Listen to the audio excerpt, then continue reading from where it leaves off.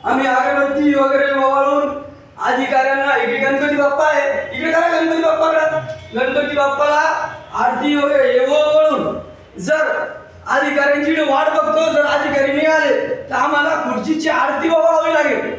काय वळावी लागेल? खुर्चीची आरती. संबंधित अधिकारी हे इथं येत नाही. मी 3 वेळेस इथं आलो, अधिकाऱ्यांना वारंवार विचारणा केली, त्यानंतर 3 वेळेस आल्याच्या नंतर सुद्धा यांचं म्हणणं आहे की अधिकारी नाही, अधिकारी नाही. यासाठी आम्ही इथं, माझी विनंती आहे की साहेबांनी इथं यावं. 3 वेळेस मी येऊन सुद्धा साहेब नाही आले तर संबंधित शेख साहेब आपले अधिकारी कुठे आहे? दुसरं कोणी उत्तर द्या ना भाऊ, अधिकारी काय आहे काय नाही. अधिकारी फक्त कॉन्ट्रॅक्टर लोकांना भेटतात, गोरगरीब जनतेसाठी भेटत नाही. मी बापू गवळी समाजसेवक 3 वेळेस येऊन या साहेबांना 3 वेळेस विनंती केली. एकदा सकाळ, दुपार, संध्याकाळ 3 टाइम आलो. 3 टाइम असून सुद्धा हे अधिकारी भेटत नाही.